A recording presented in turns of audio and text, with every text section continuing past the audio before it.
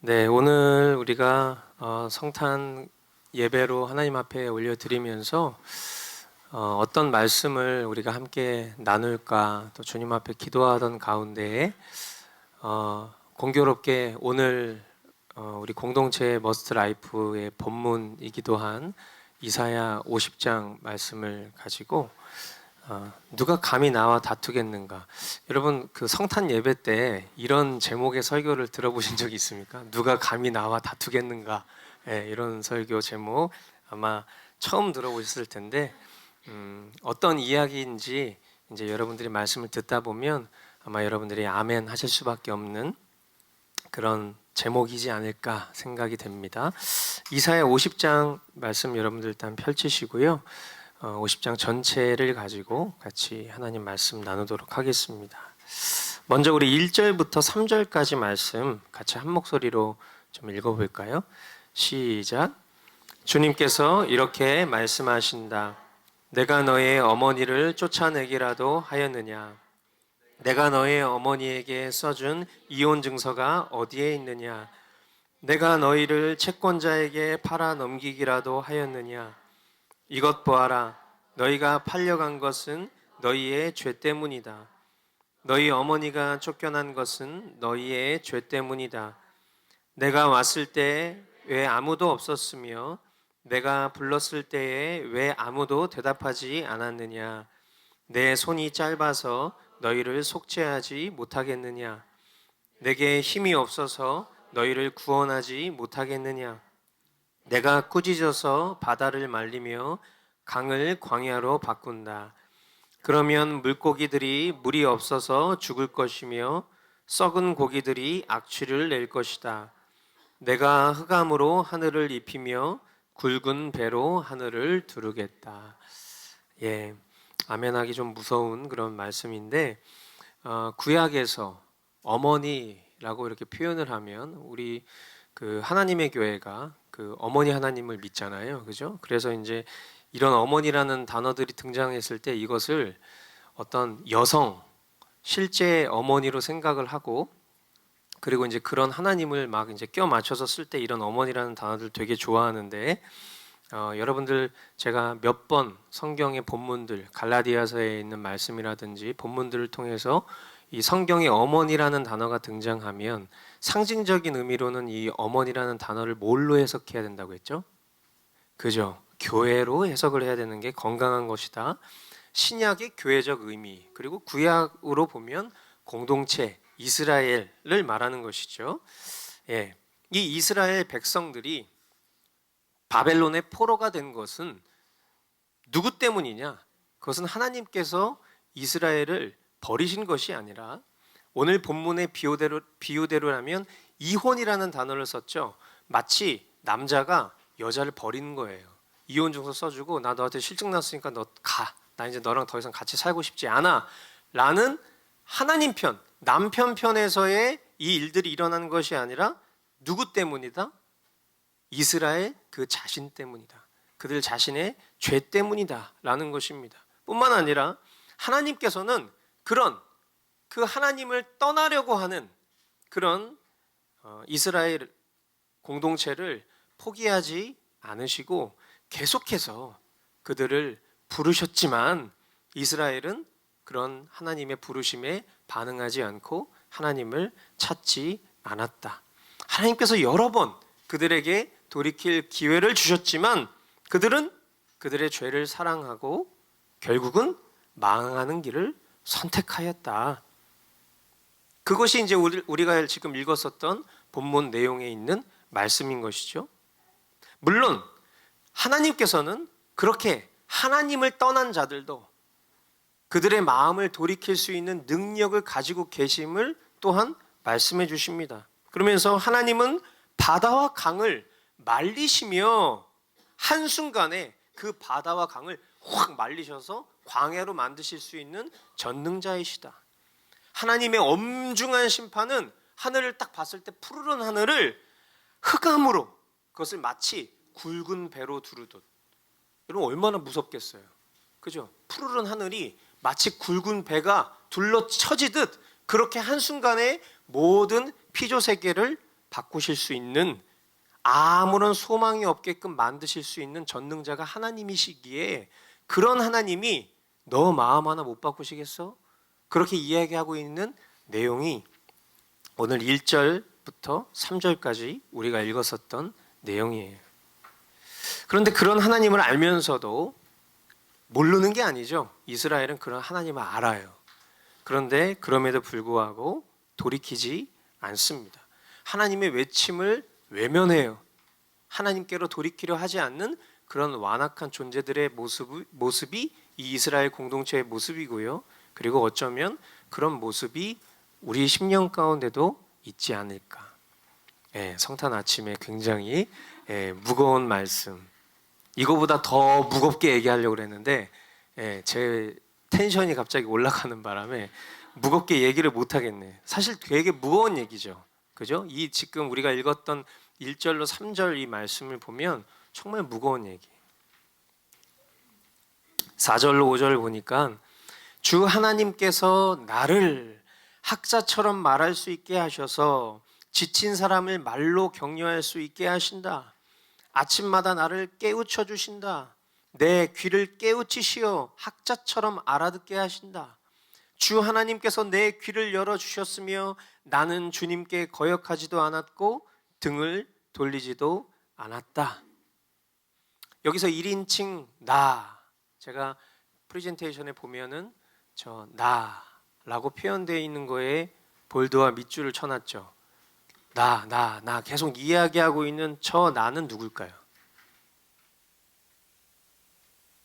지금 우리는 무슨 성경을 보고 있죠? 이사야서를 보고 있잖아요. 그죠? 그럼 여기서 말하는 나는 누굴까요?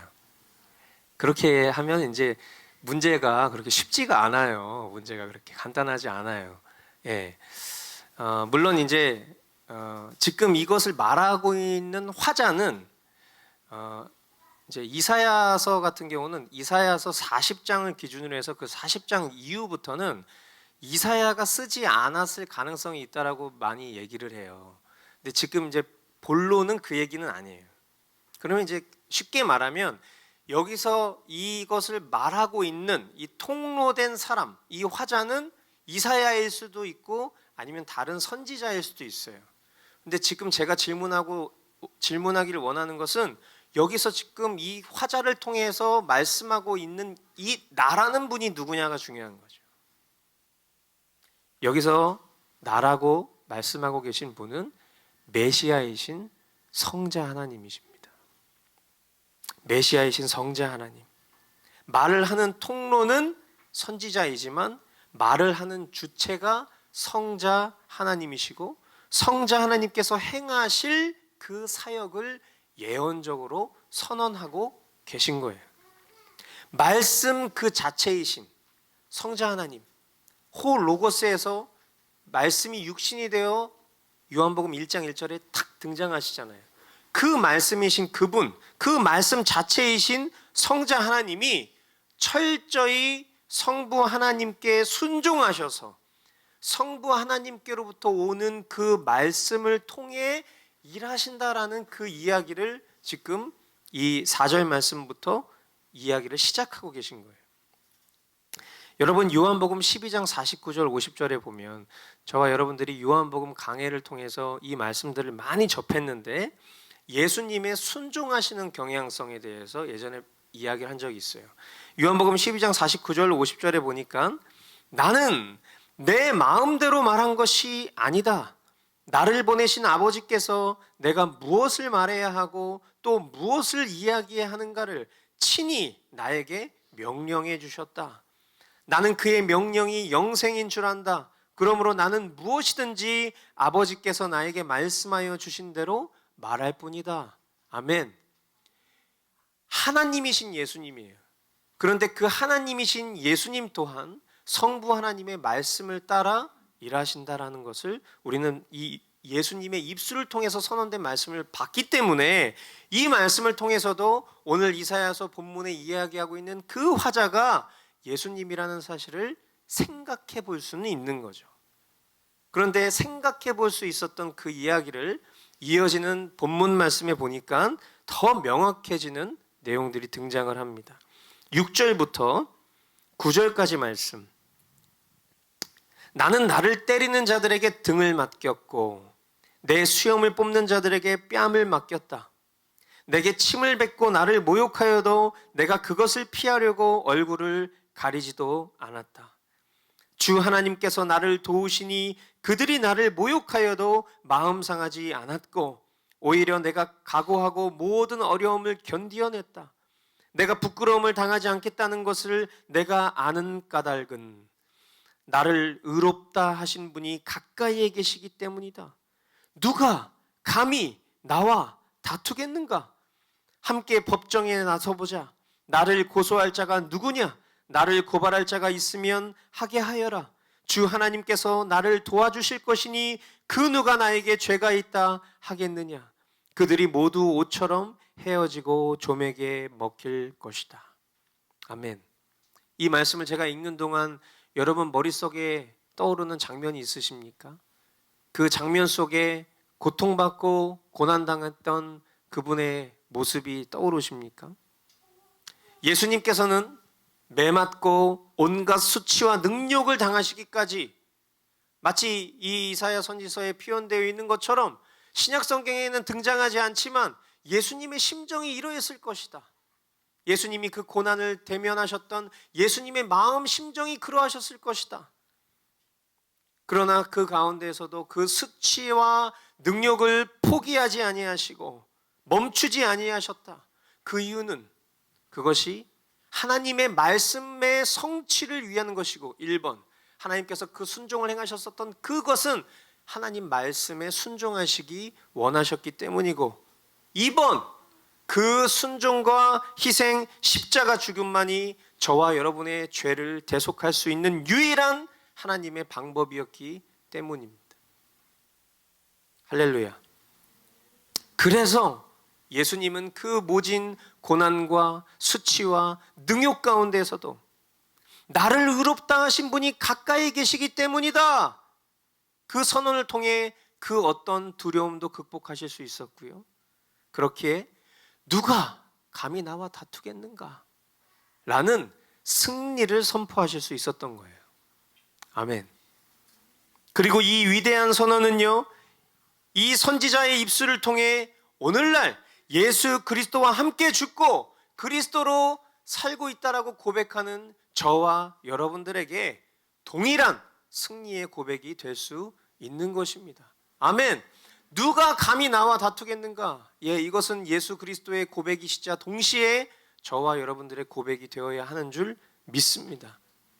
더 놀라운 사실은 이런 고백들이 신약성경 우리가 너무나 잘 아는 로마서 8장에 고스란히 등장한다는 거예요. 로마서 8장 31절부터 39절 우리가 너무나 잘 아는 말씀이죠. 그렇다면 이런 일을 두고 우리가 무엇이라고 말할 수 있겠습니까?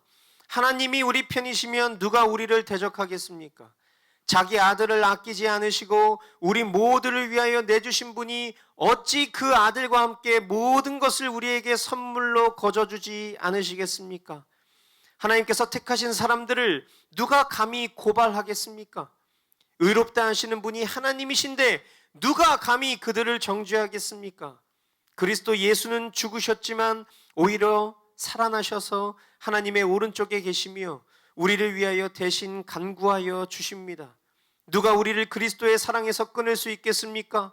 환난입니까? 공고입니까? 박해입니까? 굶주림입니까? 헐벗음입니까? 위협입니까? 또는 칼입니까? 성경에 기록한 바 우리는 종일 주님을 위하여 죽임을 당합니다. 우리는 도살당할 양과 같이 여김을 받았습니다 한 것과 같습니다. 그러나 우리는 이 모든 일에서 우리를 사랑하여 주신 그분을 힘입어서 이기고도 남습니다. 나는 확신합니다. 죽음도 삶도 천사들도 권세자들도 현재일도 장래일도 능력도 높음도 깊음도 그 밖에 어떤 피조물도 우리를 우리 주 예수 그리스도 안에 있는 하나님의 사랑에서 끊을 수 없습니다. 아멘. 이 위대한 고백이 저와 여러분들 편에 이루어지기 위해서 주전 7, 8세기 전부터 이 이사야서가 쓰여진 시기가 그때거든요.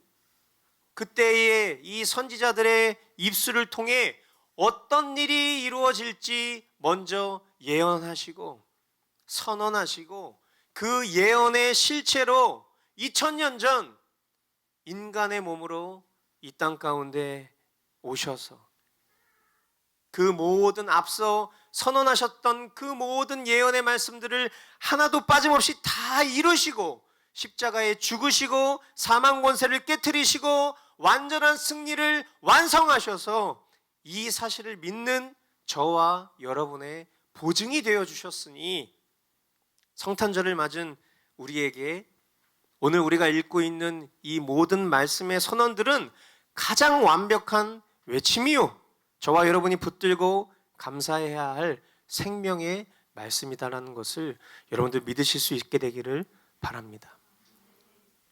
본문 마지막 선지자는 이렇게 외칩니다. 너희 가운데 누가 주님을 경외하며 누가 그의 종에게 순종하느냐? 어둠 속을 걷는 빛을 모르는 사람이라도 주님의 이름을 신뢰하며 하나님께 의지하여라. 너희가 모두 불을 피우고 횃불을 들고 나섰지만 너희가 피운 그 불에 너희가 탈 것이며 너희가 들고 나선 그 횃불에 너희가 소멸될 것이다. 내가 직접 이 형벌을 너희에게 내리고 너희는 이 고문을 견디어야 할 것이다. 그 어떤 상황 가운데에도 주님만 의지하고 주님만 바라보는 것이 위대한 복음을 만난 이들의 삶입니다. 하나님께서 그러한 이들의 삶을 의의 길로, 진리의 길로, 생명의 길로 인도해 주실 거예요. 하지만 지금 이 본문 말씀이 이야기하고 있는 것처럼 이 놀라운 복음의 선언이 이루어졌음에도 불구하고 끝까지 주님을 거절한 채 자기의 정욕을 따라 세상의 행복과 가치를 쫓는 인생들에게 자기가 피운 횃불, 여기서 말하는 횃불이 뭐냐면 자기가 만든 기쁨과 행복과 즐거움을 말하는 거예요. 횃불을 탁 폈을 때 와, 내가 이 모든 것을 누리고 소유할 수 있어라는 그런 감격이 밀려오지만 그것을 붙들고 살면 주님 바라보지 않고 이것 붙들고 살면 어떻게 된다고요? 그 횃불이 나를 덮쳐 죽게 만드는 저주가 될 것이다. 예, 이 이사야 선지서의 이 고백들 하나하나는 깊이 묵상하면 묵상할수록 우리면 우릴수록 그 속에 엄청난 복음이 담겨져 있고요. 그리고 우리가 뭐 에베소서라든지 히브리서라든지 이런 데서 만날 수 있는, 여러분 복음을 만난 자라면, 구원을 받은 자라면 이렇게 사셔야 됩니다, 이렇게 살면 죽습니다 라는 그런 내용들이 이 이사야 선지서에는 굉장히 이런 은유적인 표현으로 담겨져 있어요. 그런데 맥락은 똑같아. 복음을 들었는데 그 예수 그리스도께서 행하신 그 위대한 일들이 얼마나 크고 놀라운지를 우리가 알았는데 여전히 내 손에 든 횃불을 의지하면서 살아간다면 그 횃불이 나를 삼킬 것이다, 저주와 영벌에 처하게 될 것이다 라고 이야기하고 있는 것입니다. 사랑하는 성도 여러분, 성탄의 아침 우리가 맞이했어요.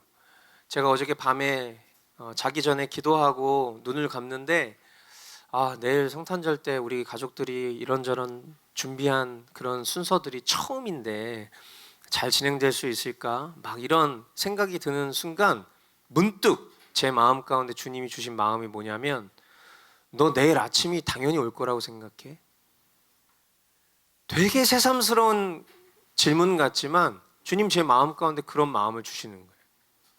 너 당연히 25일 날 아침이 너에게 올 거라고 생각했어? 이런 마음을 주시는 거예요. 거기서부터 다시 생각을 해봤어요. 만약에 내일이 오지 않으면 오늘 나의 믿음이 주님 앞에 설 수 있는 믿음일까? 오늘 내가 분주하게 고민하고 생각했었던 그 모든 번민과 또 어떤 태스크들이 만약에 내일이 나에게 주어지지 않으면 아무것도 아닐 텐데 그럼 내가 지금 이 순간 끝까지 붙잡고 있어야 될 건 뭘까? 그러니까 다시 생각이 들더라고요. 예, 주님, 만약에 내일 아침이 저에게 오지 않는다면 저는 지금 이 순간 다른 것이 아닌 딱 하나만 붙잡겠습니다. 예수 그리스도, 지금 현재 내 심령 가운데 살아 역사하시는 그 주님만 붙잡겠습니다라는 고백이 나오더라고요.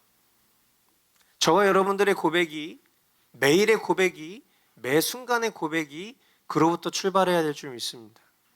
지금 우리에게 주님은 이 아침을 주셨어요. 할렐루야.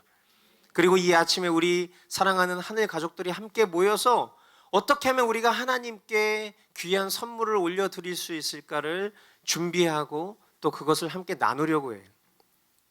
저는 사실 제가 개척을 하고 이렇게 사역을 하는 동안 이런 순서와 시간들을 갖게 되리라고는 상상을 할 수 없었어요. 왜냐하면 저는 안 하려고 했어요. 왜냐하면 반대급부적으로 너무 제 안에 그런 어떤 일련의 교회 행사들, 성탄절이 되면 막 행사하느라고 막 교육자가 성도 쪼고 막 성도가 막 말 안 듣고 잡으러 다니고 막 여기 사람 부족하니까 너도 좀 와서 해야 된다 하고 전화해가지고 오셔야 됩니다 하고 막 이런 거 자체가 너무 싫은 거예요. 저는 자원하지 않는 것을 억지로 하는 걸 제일 싫어하는 것 같아요. 뭐든지. 그래서 저는 모든 것들이 다 우리 성도들 안에서 자원하는 심령으로 이루어질 때까지는 내 스스로 먼저 만들지 않겠노라, 그렇게 선언했던 것들이 굉장히 많았어요. 그런데 이제 애기 목욕시키고 더러운 물만 버리면 되는데 애기까지 버려버리는 격으로 제가 너무 극단적으로 그랬던 것 같다는 생각이 들었는지 하나님께서는 우리들의 마음에 감동을 주셔서, 너무 끔찍해요? 우리가 그런 경우들이 많잖아요, 그죠? 그런 것만 버리면 되는데 애기까지 버려버리는 끔찍한 일이, 주여. 근데 이제 그런 상황 속에서 주님 앞에 우리가, 아마 이 자리에 계신 분들이 지금 제 말씀을 잘 듣고 있는지 모르겠어요. 바로 다음 시간인데 지금 내가 첫 번째 순서인데. 근데 제 생각에는 아마 여러분들이 그런 마음을 갖고 계신 분들 없을 거라고 생각해.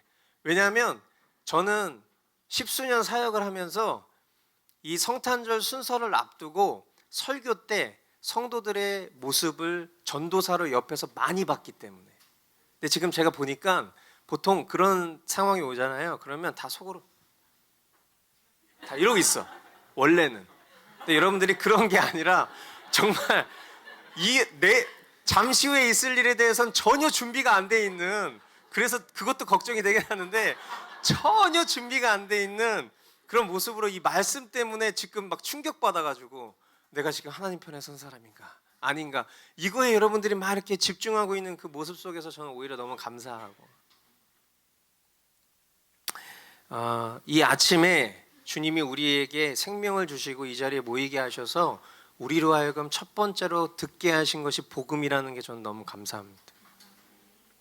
오늘 이 말씀이 우리로 하여금 명백한 태도를 가르쳐 주셨다고 봐요. 이스라엘의 완고함처럼 주님께서 그토록 두드리시고 부르시는데도 꿈쩍하지 않고 그 고집스러운 마음을 구부러뜨리지 않으려고 하는 그런 마음이 아니라 주님께로 나아오라는 그 청에 우리가 주님 당장 지금 모든 이 죄짐을 벗어버리고 주님께로 나아가겠습니다 라고 그렇게 주님 앞에 나오는 심령들이 되기를 원하는 것이고요. 그리고 그런 패역한 우리를 위해서 2000년 전 이 땅에 약속의 성취로 오신 예수 그리스도, 십자가 위에서 우리와 함께 대속의 순종을 이루신 그 예수 그리스도의 승리를 취하라고 주님이 말씀하시는 것 같아요.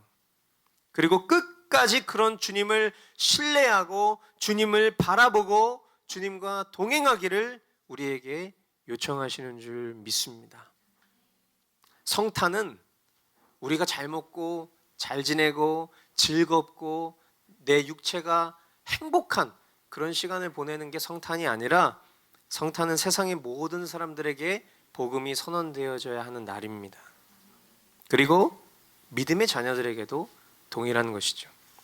다시금 우리에게 이 아침에 복음 들려주시고 복음 앞에 설 수 있도록 인도하시는 그 주님의 부르심에 전심으로 반응하는 저와 여러분이 다 되실 수 있기를 주님의 이름으로 축원드립니다. 우리 메리 크리스마스, 이게 무슨 뜻인지 아시죠? 무슨 뜻이죠? 네? 뭐라고요? 즐거운 시간 보내세요 이거요? 예? 메리가 뭐예요? 예, 기쁨. 크리스마스 이건 뭐예요? 어? 다 다른 답을 얘기하고 있어. 예. 거기 보면 크라이스트가 있잖아요. 그죠? 그래서 제가 작년에 설명했었잖아요. 그죠? 메리. 뭐라고요? 기뻐하라. 뭘 기뻐해? 예, 예수님이 태어나신 것을 기뻐하라. 왜? 예수님이 태어나시지 않았으면 저와 여러분들은 하나님을 아버지라고 못 부른다니까. 자, 이 의미를 잘 생각하시면서 다시 한번 우리 전우좌우에 있는 하늘 가족들에게 인사하겠습니다. 메리 크리스마스.